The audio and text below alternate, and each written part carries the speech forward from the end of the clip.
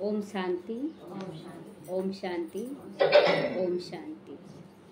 आज बाबा कह रहे मीठे बच्चे, तुम हो धरती के चैतन्य सितारे, तुम्हें सारे विश्व को रोशनी देनी है, सारे विश्व को रोशनी देने है। वो स्थूल सितारे जो ऊपर में होते हैं वो अपनी रोशनी से नहीं चमकते, सूर्य की रोशनी से चमकते हैं। तो किसका प्रतीकात्मक है? हम बच्चों का ही प्रतीकात्मक है। हम बच्चे भी खुद से नहीं चमकते, शिव बाबा की रोशनी से हम लोग चमकते। तो वो आसमान के तारे और हम लोग धरती के तारे हैं। तो हमें यहाँ पर सभी आत्माओं को, प्रकृति को रोशनी देना है। प्रश्न है, शिव बाबा तुम बच्चों की काया को कंचन कैसे बनाते हैं? काया माना हमारा शरीर, उसको कंचन कैसे बनाते हैं? उत्तर है, ब्रह्मा माँ के द्वारा तुम्हें ज्ञान दूध पिलाकर तुम्हारी काया को कंचन कर देते हैं। ज्ञान का दूध पिला कर, जो माँ अपने बच्चे को दूध जो पिलाती है उसमें सारा विटामिन, कैल्शियम, प्रोटीन सब कुछ उसमें होता है, उसमें एक्स्ट्रा कुछ देने का जरूरत नहीं है। उसी तरह अगर हम लोग जब इतना सारा ज्ञान सुन रहे थे, इतने सारे धर्म स्थापक आए, बहुत सारा ज्ञान सुनाए, आज प्रवचन भी बहुत लोग दे रहे हैं, लेकिन जो बाबा, शिव बाबा ब्रह्मा तन द्वारा ज्ञान सुनाने लगा, उससे हम क्या बन रहे हैं? पूरी तरह से तंदुरुस्त बन रहे हैं।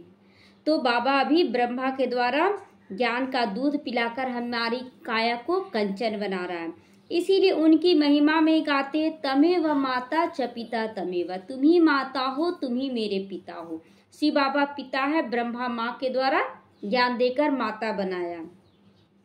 अभी तुम ब्रह्मा माँ के द्वारा दूध पी रहे हो। आज ज्ञान को दूध का नाम दिया गया, ज्ञान को कभी अमृत बोला जाता है, जिससे तुम्हारे सारे पाप भी कट जाएंगे। ये ज्ञान दूध पीते पीते हमारा अंतर मन साफ होने लगेगा, और अंतर मन साफ होगा तो हमारे पाप भी कटने लगेंगे।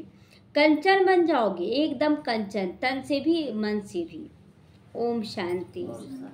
रूहानी बाप बैठ समझाते हैं, जैसे आसमान में सितारे हैं वैसे तुम बच्चों के लिए गाया जाता है, ये धरती के सितारे हैं।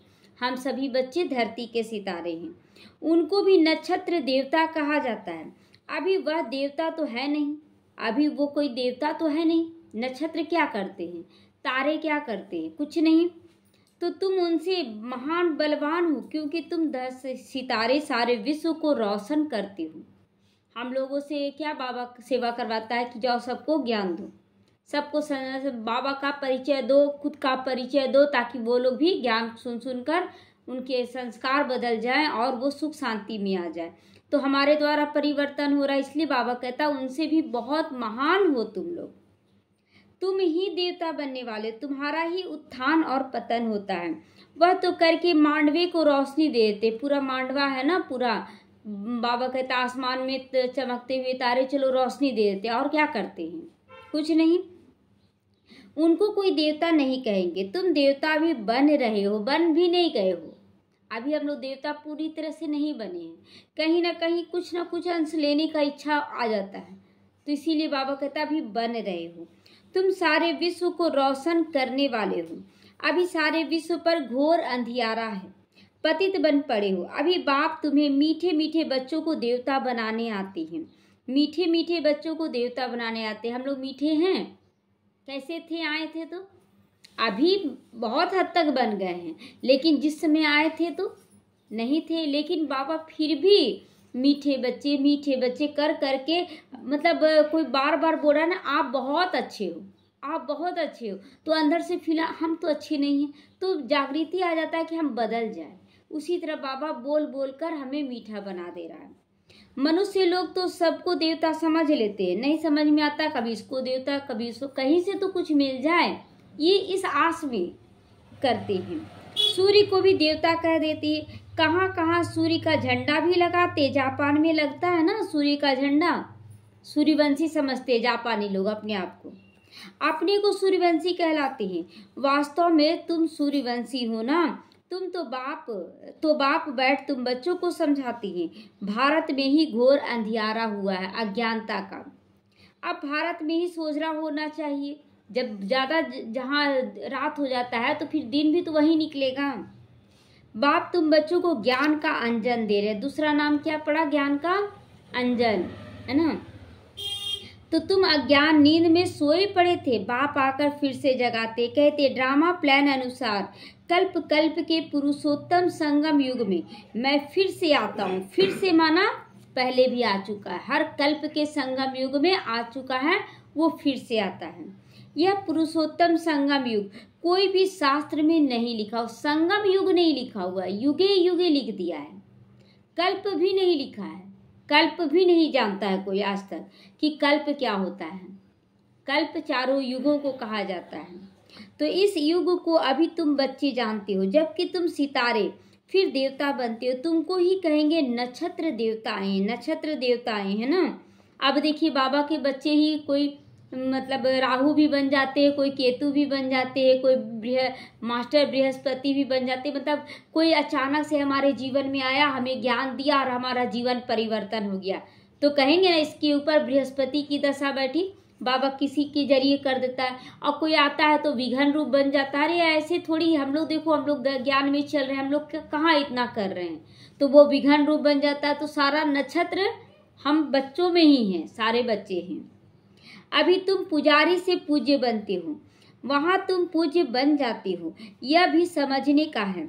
इसको रूहानी पढ़ाई कहा जाता है। ये पढ़ाई आत्मा को पढ़ाया जा रहा है, शरीर को नहीं। इसमें ऐसे तो सारी पढ़ाई आत्मा के लिए ही है। अब कोई डॉक्टर बन रहा है तो शरीर थोड़ी बनता है, आत्मा ही ना डॉक्टर बनती है। लेकिन ये रूहानी पढ़ाई इसलिए कहा जाता है क्योंकि ये जन्म जन्मांतर के लिए हम लोग प्राप्ति कर रहे हैं, और उसमें जो डॉक्टर इंजीनियर बनते हैं वो एक जन्म के लिए पढ़ते हैं। तो इससे कभी किसी की लड़ाई नहीं होती है, कभी किसी की। ये पढ़ाई ऐसी है कि हम लोग लड़ाई झगड़ा एकदम 2500 साल के लिए ख़त्म कर देते हैं। टीचर साधारण रीति पढ़ाते हैं और बच्चे भी साधारण रीति पढ़ते हैं। एकदम यहाँ पर बाबा भी, शिव बाबा परम धाम से आकर पढ़ाता है। एकदम पता चलता है कि शिव बाबा आकर पढ़ा रहा है।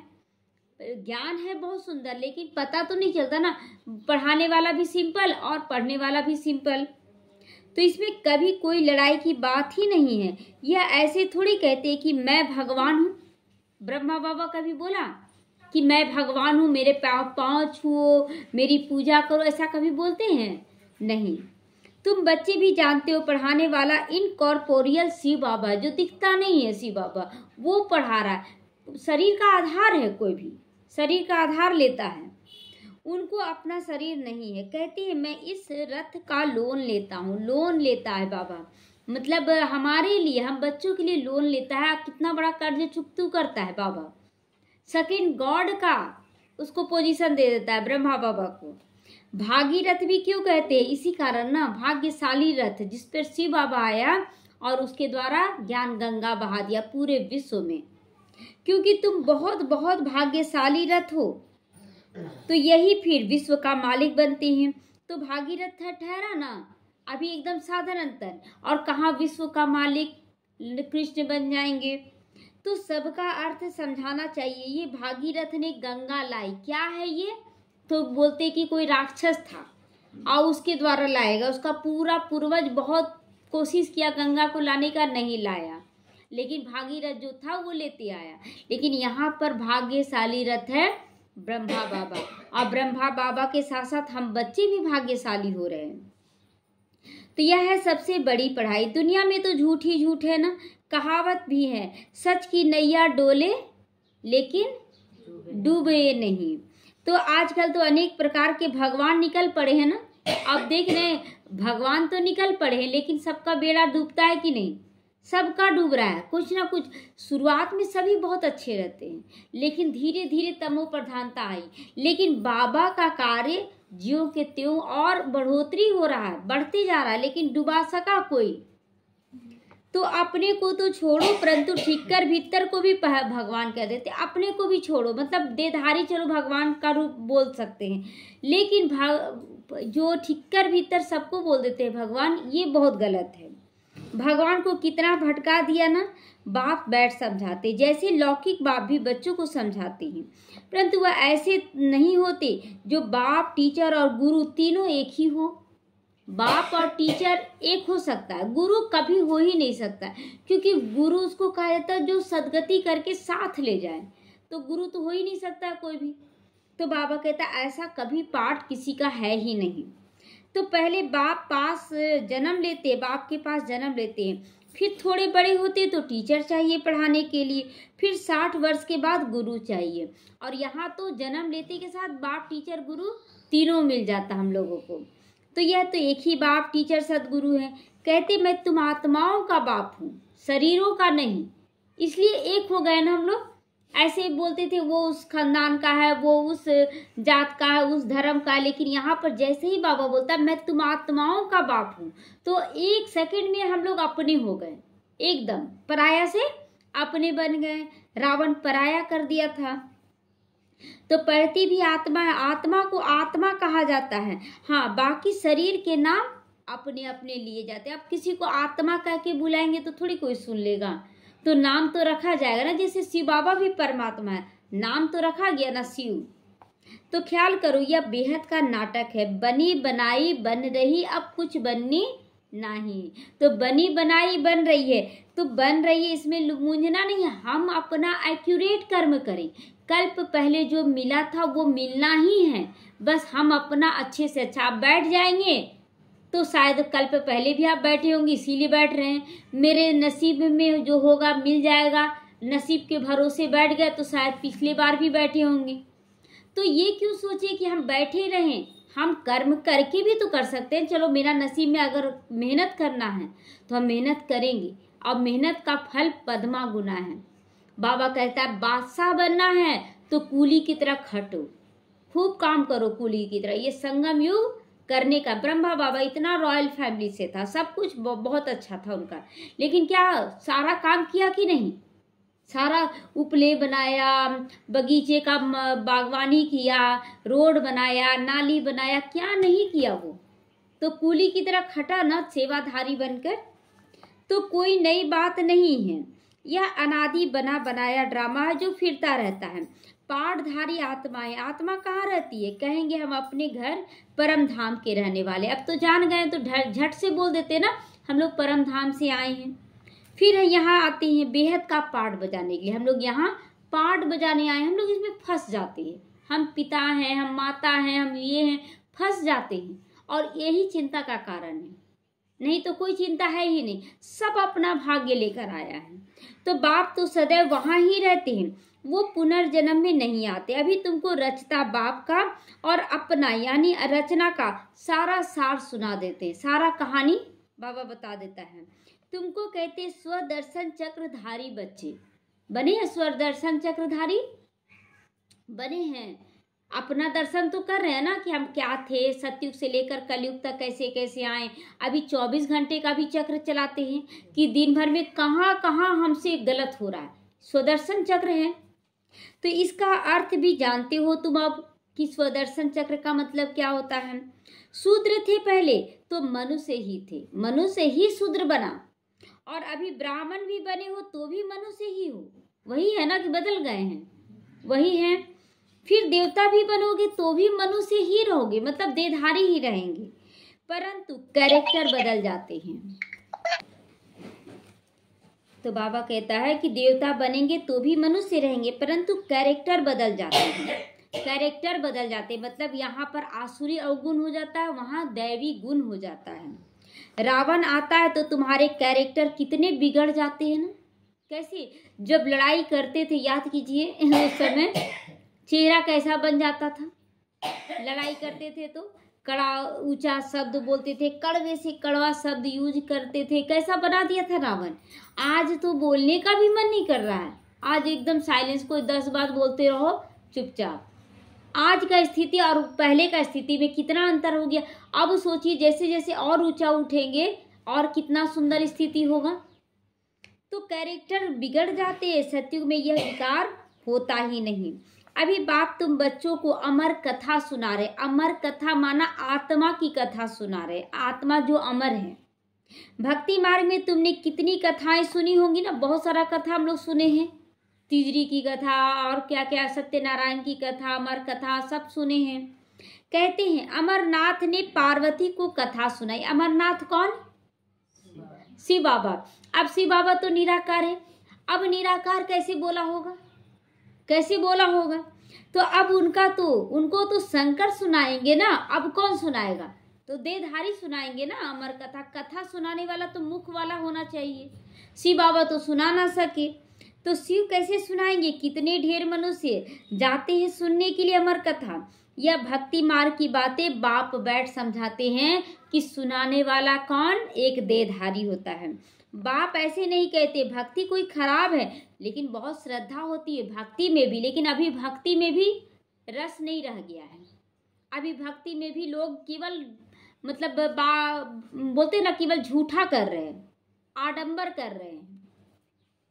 तो भक्ति खराब है नहीं, यह तो ड्रामा जो अनादि बना हुआ वह समझाया जाता है कि भक्ति में भटकना होता है। भक्ति में करते गए और उसमें तमो प्रधानता बढ़ती गई। अब बाप कहते हैं एक तो अपने को आत्मा समझो, सबसे पहले आत्मा समझो और आत्मा के धर्म में टिको। मैं शांत स्वरूप आत्मा हूं, ये मेरा धर्म है शांति।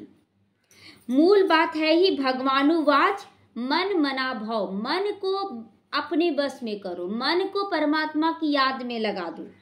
इसका अर्थ तो जानते हो ना, मन मना भाव का अर्थ तो समझ रहे हैं।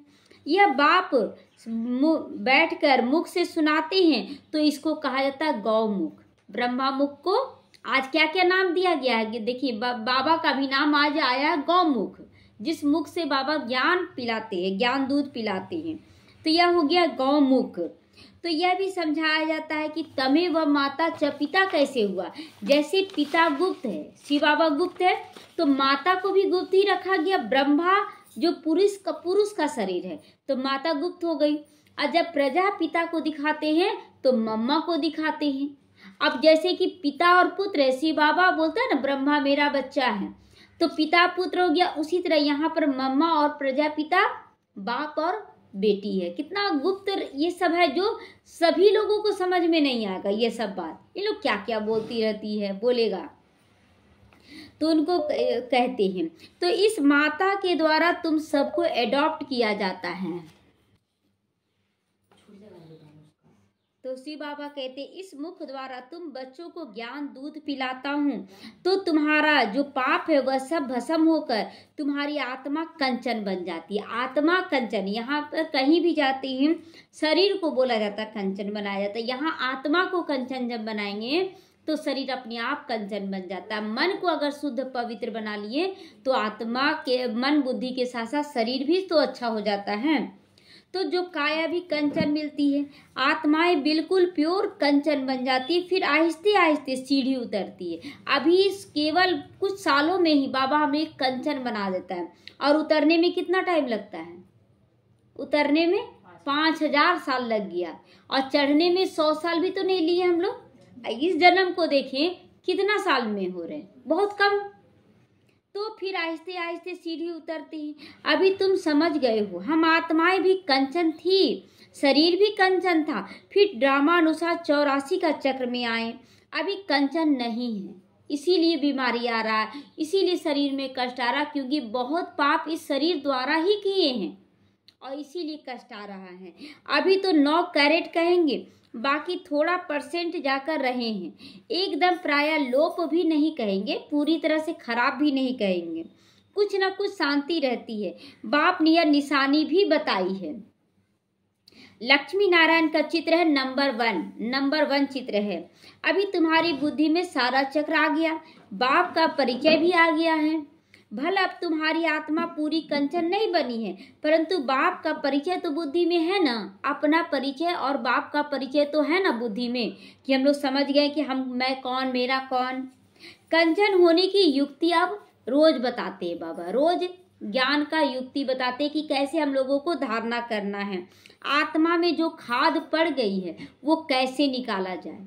तो जितना हम योग युक्त होंगे बाबा के साथ, उतना हमारे अंदर का खाद अपने आप समाप्त होता जाता है। अपने आप केवल योग युक्त रहकर ज्ञान का चिंतन मनन करते रहें। तो बाबा कहता है कि आत्मा में जो खाद पड़ी है वो कैसे निकले, उसके लिए याद की यात्रा है। जितना हम बाबा को याद करते हैं उतना हमारे अंदर का खाद क्या है, हमारे अंदर जो विकार आ गया है, कमी कमजोरी आ गया है, वो सारा कुछ निकलता चला जाएगा। तो उसके लिए पूरा पूरा याद करो आत्मिक स्थिति में। कल आया था बाबा बोला था ना, दिल से याद करो, दिमाग से नहीं। ये दिल और दिमाग क्या है? दिल और दिमाग क्या है? ये स्थूल दिल की बात नहीं है। आत्मिक स्थिति में याद करना, दिल से याद करना, देह भान में याद करना, दिमाग से याद करना। तो इसको कहा जाता है युद्ध का मैदान। अब ये इसमें युद्ध चलता है ना कि हम किस रूप में याद कर रहे हैं। तुम हर एक इंडिपेंडेंट युद्ध के मैदान में सिपाही हो। बाबा कहता सिपाही कैसे हैं कि हम लोग अपने ऊपर, मतलब हमारे आगे पीछे कोई भी नहीं है। मन में जो युद्ध चल रहा वो कोई देख रहा है? कोई नहीं देख रहा है। तो अब हर एक जितना चाहे उतना पुरुषार्थ करो। अब अंदर में युद्ध में हम अकेले हैं और बहुत सारे दुश्मन हैं, आपको लड़ना अकेले है। तो पुरुषार्थ करना स्टूडेंट का काम है। कहाँ भी जाओ एक दो को सावधान करते रहो। क्या सावधानी? मन मना भाव, मन को स्वच्छ रखो, मन को पवित्र रखो, मन को बाबा की यादों में बिजी रखो। तो शिव बाबा याद है, ये सबको करवाना है।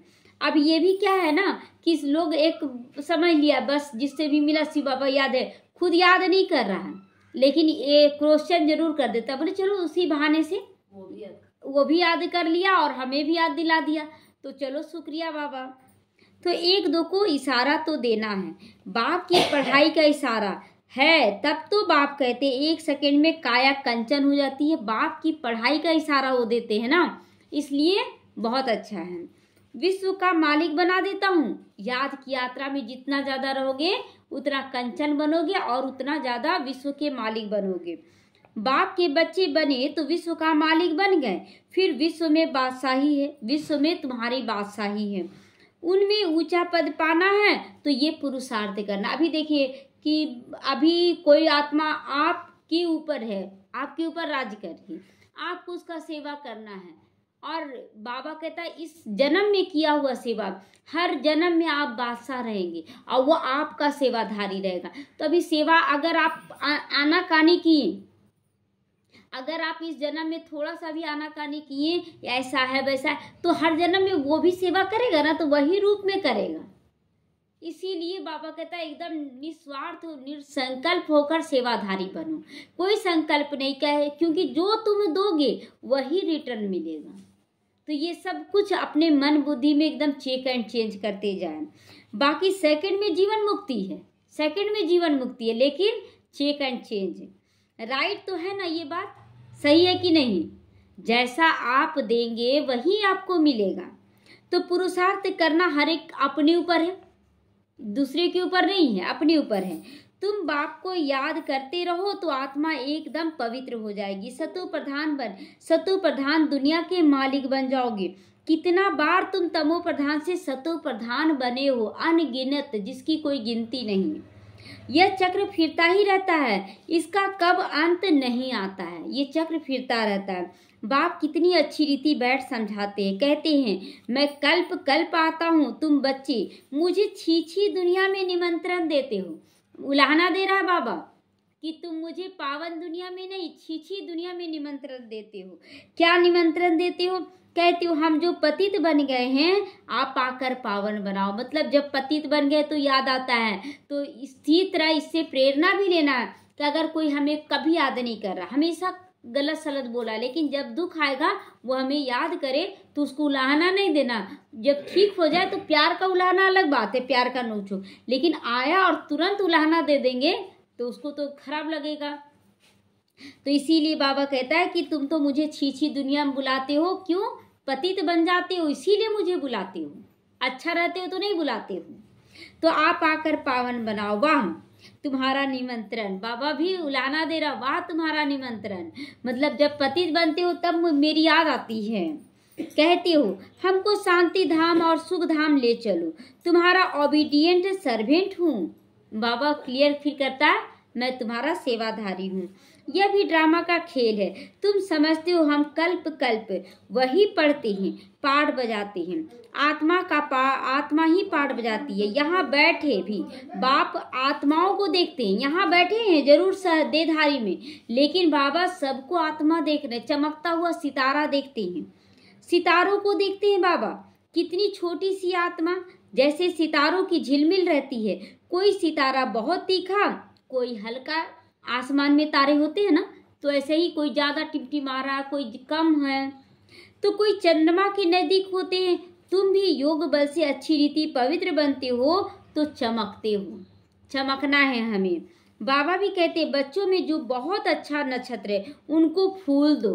बहुत अच्छा नक्षत्र माना जो बहुत अच्छा पुरुषार्थी बच्चा है, ज्ञान योग धारणा सेवा सब में तीखा है, तो बाबा कहता है उसे फूल दो। बच्चे भी एक दो को जानते हैं ना कि कौन कैसा पुरुषार्थ कर रहा है।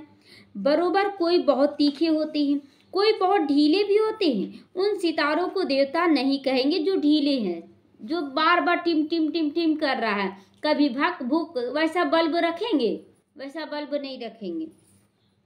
तुम भी हो मनुष्य, परंतु तुम्हारी आत्मा को बाप पवित्र बनाते, विश्व का मालिक बनाते। कितना ताकत बाप वर्षे में देते हैं कि हम लोग कहाँ शूद्र जमीन में पड़े हुए थे, धूल मिट्टी में, और कहाँ विश्व का ताज लेते हैं।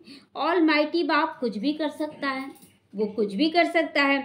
बाप कहते मैं बच्चों को इतनी माइट देता हूँ, इतनी ताकत देता हूँ, कहाँ से कहाँ पहुँचा देता हूँ। गाते हैं शिव बाबा आप तो हमको बैठकर पढ़ाई से मनुष्य से देवता बनाते हूँ। वाह, ऐसा तो कोई नहीं बनाया आज तक। पढ़ाई सोर्स ऑफ इनकम है, इसीलिए बाबा कहता है मुरली कभी मिस नहीं करना है।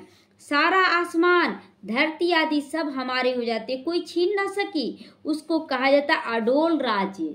कोई छीन ना सके, ऐसा राज्य हमारा मिल रहा है। अभी हम स्वराज अधिकारी हैं, तो अभी क्या है, छीनने का काम भी अभी चल रहा है, छीनने का काम भी अभी चल रहा है। जैसे कि हम राम के अनुसार शांति में रह रहे हैं, अचानक कोई आत्मा शांत करने के लिए आई, अगर वो अशांत कर दी तो वो जीत गई, हम हार गए।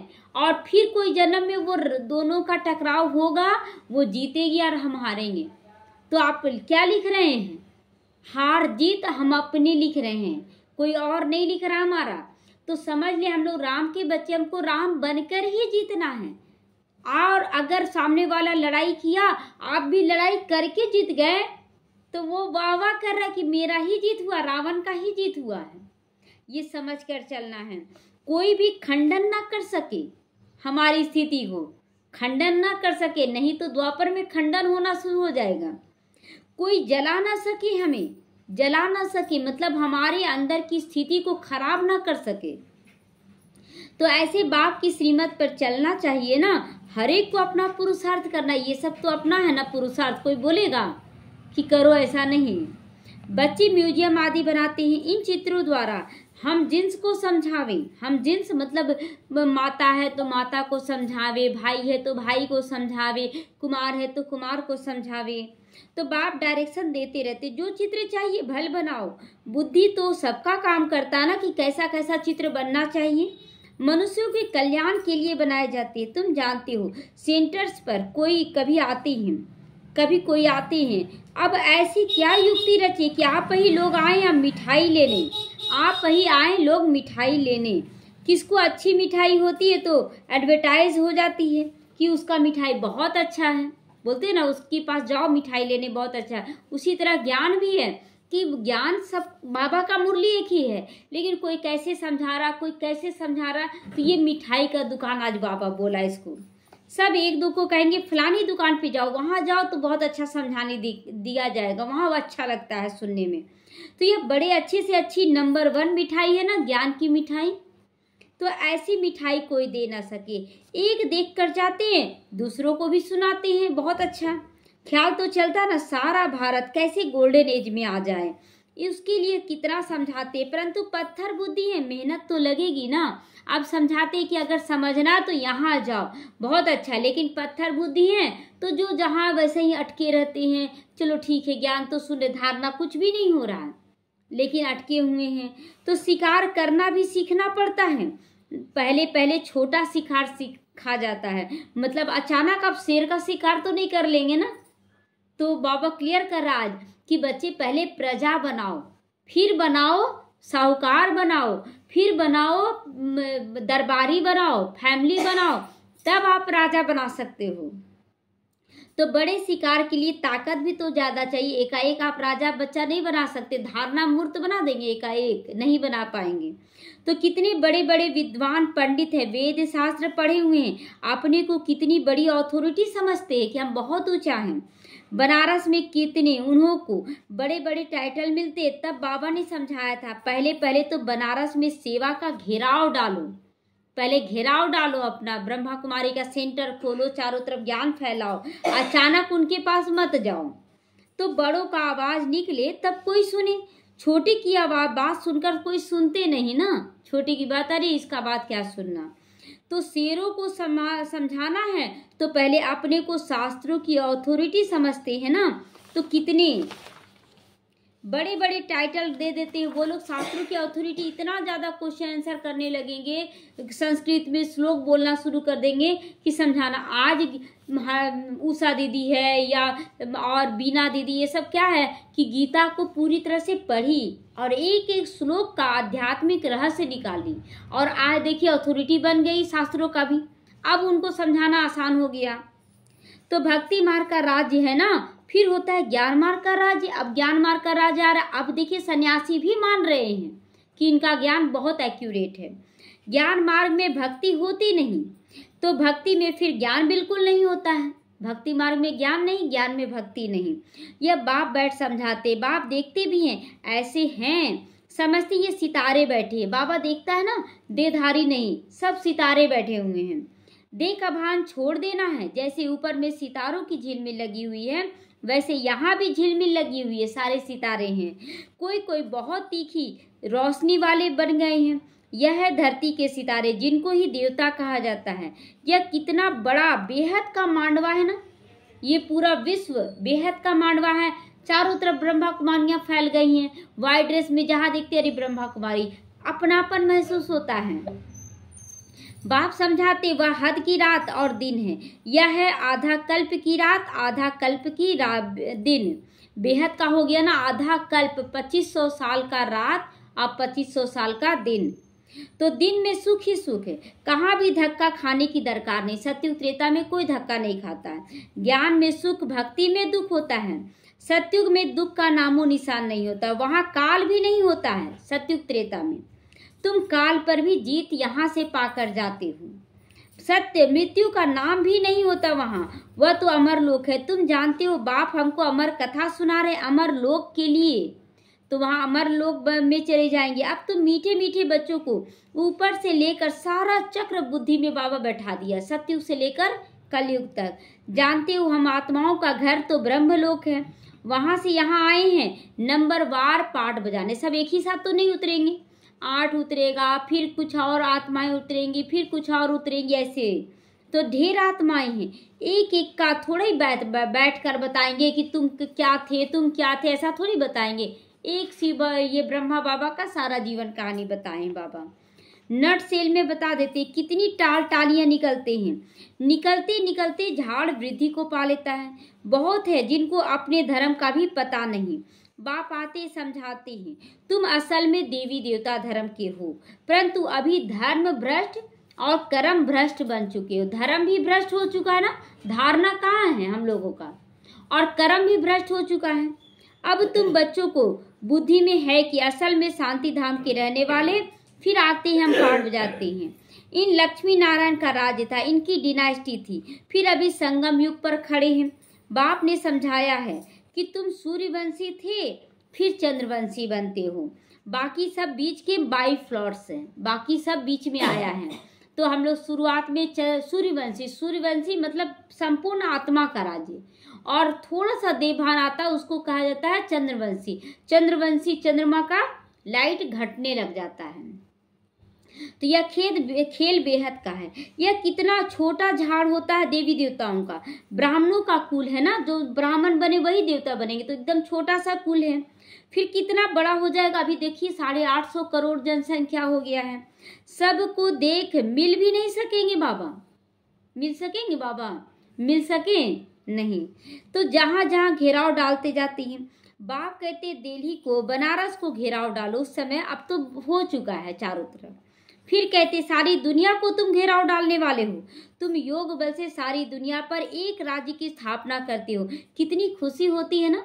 अभी देखिए ज्ञान कोई सुनना चाहे ना सुनना चाहे, लेकिन हम लोगों को सुनाने में जो मजा आता है कि कोई सुने चाहे ना सुने, मेरा तो कर्म हो गया तो अच्छा लगता है। कोई कहाँ जाते रहते सेवा करने के लिए, अभी तुम्हारी कोई बात नहीं सुनते हैं। जब बड़े बड़े आएंगे, अखबारों में पढ़ेगा, तब सब समझेंगे। अभी छोटा शिकार कर होता है, बड़े बड़े साहूकार लोग समझते हैं स्वर्ग हमारे लिए यहाँ है। तो अभी छोटा शिकार, लोग बोलते हैं ना बड़ा शिकार करो। अच्छा, एकाएक थोड़ी कोई बड़ा शिकार कर लेगा, धीरे धीरे शिकार बढ़ता है ना। बाबा क्लियर कर रहा है। गरीब ही आकर वर्षा लेंगे पहले, कहते बाबा मेरे तो आप दूसरा न कोई, परंतु जब मुंह ममत्व सारी दुनिया से टूटे तब तो एक बाबा दूसरा न कोई पक्का हो। अब ममत्व तो रखे हैं और बोल रहे एक बाबा दूसरा न कोई, तो है नहीं होगा। अच्छा, मीठे मीठे सीख लेते बच्चों प्रति माता पिता बाप दादा को याद प्यार और गुड मॉर्निंग। रूहानी बाप की रूहानी बच्चों को नमस्ते। हम रूहानी बच्चों की रूहानी माता पिता बाप दादा को याद प्यार गुड मॉर्निंग नमस्ते। शुक्रिया बाबा, शुक्रिया। धारणा के लिए मुख्य सारे आत्मा को कंचन बनाने के लिए एक दो को सावधान करते रहना है। मतलब इधर उधर की बातें कर रहे हैं तो क्या बोलना, बाबा को याद करो। बाबा ने आज क्या कहा, मन मना भाव का इशारा देना कि मन से पवित्र बनकर रहो। योग बल से पवित्र बन चमकदार सितारा बनना, योग बल से खुद को चमकाना है। इस बेहद के बने बनाए नाटक को अच्छी रीति समझकर स्वदर्शन चक्रधारी अपना दर्शन करना, अपने आप को दर्शन करना है। ज्ञान अंजन देकर मनुष्यों को अज्ञान के घोर अंधियारे से निकालने का भी काम करना है। बाबा रोज ये बोलता है कि बच्चे खुद भी धारण करो और दूसरों को भी धारण कराओ। आज बाबा बोला खुद भी निकलो बाहर, दूसरों को भी निकालो। वरदान, बालक स्व मालिकपन की स्मृति से सभी खजानों को अपना बनाने वाले स्वराज्य अधिकारी बनो। स्वराज्य अधिकारी, अपने ऊपर राज करने वाले बनो। इस समय आप बच्चे सिर्फ बालक नहीं हो, लेकिन बालक स्व मालिक हो, मालिक बनने वाले हैं। एक स्वराज्य अधिकारी मालिक बनना है, दूसरा बाप के वर्षे के मालिक बनना है। दोनों मालिक है ना। तो जब स्वराज्य अधिकारी हो तो स्व की सारी कर्मेंद्रियां ऑर्डर प्रमाण चलनी चाहिए, बाप के श्रीमत प्रमाण चलनी चाहिए। लेकिन समय प्रति समय मालिकपन की स्मृति को भुलाकर वश में करने वाला यह मन है। इसीलिए बाप का मंत्र है मन मना भाव। पहले मन को अपने बस में करो, तब कर्मेंद्रियां अपने बस में हो जाएंगी। मन मना भाव रहने से किसी भी व्यर्थ बात का प्रभाव आप पर नहीं पड़ेगा। कोई कुछ भी कहे, हमारे ऊपर प्रभाव नहीं पड़ेगा। सभी खजाने अपने अनुभव होंगे, अपने आप अनुभव होंगे। स्लोगन है, परमात्मा मोहब्बत के झूले में उड़ती कला का मौज मनाना, यही सर्वश्रेष्ठ भाग्य है। क्या भाग्य है कि बाबा के मोहब्बत के झूले में सदा झूलते रहें, सदा निश्चिंत रहें, तो उड़ती कला का मौज आसानी से मिल जाएगा। ओम शांति।